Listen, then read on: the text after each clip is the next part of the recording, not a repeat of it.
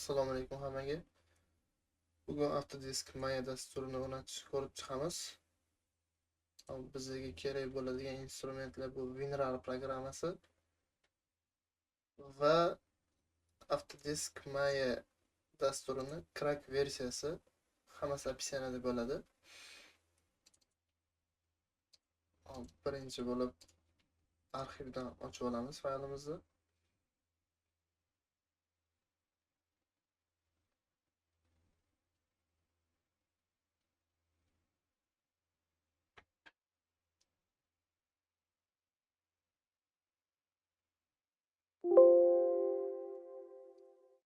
Arxivdan ochilgan faylimizga kirib, ISO formatga ustiga bosamiz 2 marta. Открыть.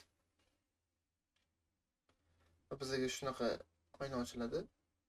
Bu yerda setup degan exe faylimizga kiramiz. Tepada zagruzka ketadi.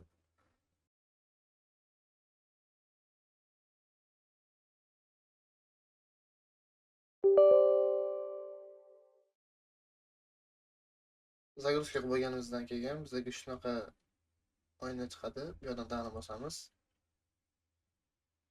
Dani bosganimizdan keyin bizda Autodesk programmasini uстановка oynasi ochiladi.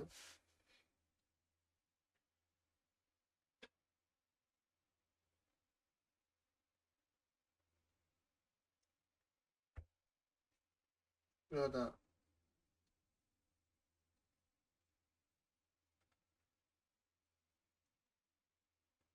oynasi ochiladi. Agar bizda hop shunaqa muammo chiqsa, not no bosamiz. Bu oyna yopiladi bizda. WinR knopkasini bosamiz. Chiqqan oynaga Regedit deb yozamiz. OK bosamiz. Bu yerdan lokal mashinaga kiramiz. Software, Microsoft va pastroqda Windows papkasi bor. Windows papkaga kiramiz. Bu yerdan current version degan papka bor. Current version papkaga kirib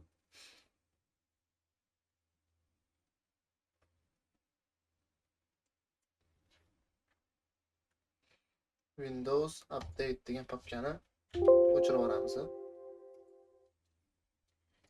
Bu muammomiz hal bo'ladi.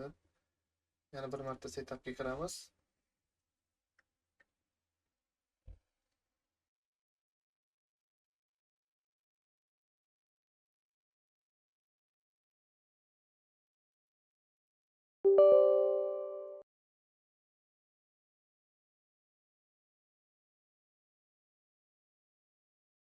Bu yoqqa птичка qo'yamiz. Index knopkasini bosamiz. Diskimizni qaysi fayliga uстановка bo'lishini bu yerdan belgilaymiz. Hop, menga o'zi default qulay. Next bosamiz. Va sizlarda bu птичка qo'yilmagan bo'lishi mumkin. Hammasiga птичка qo'yamiz. Install bosamiz.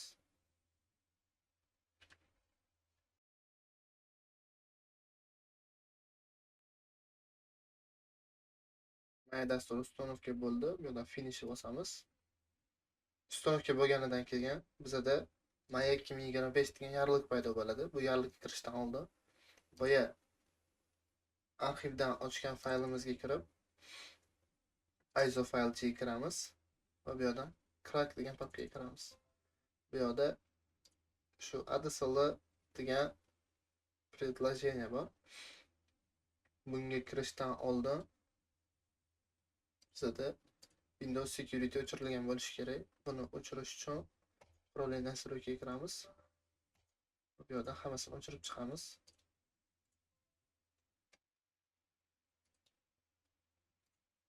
Va bu programmaga mishkani o'ng tarafini bosib, запустить от имени администраторga bosib,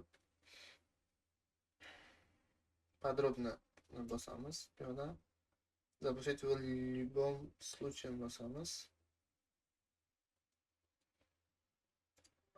Bizdan dostуп so'raydi, dostуп beramiz.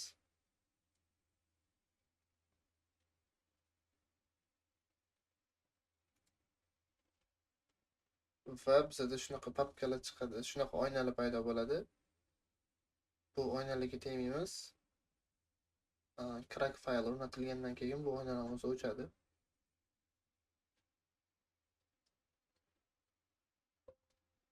Va bizada cracking complete enjoy degan yozuv chiqadi. Bu yerdan OK bosib My dasturiga kiramiz. Bu yerdan Use a network license bosamiz.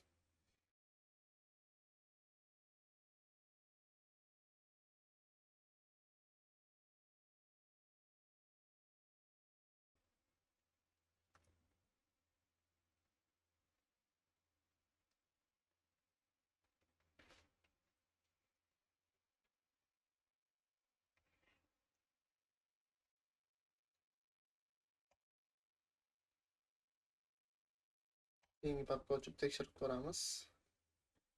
Va bizada hammasi ishlayapti. Muammolar yo'q.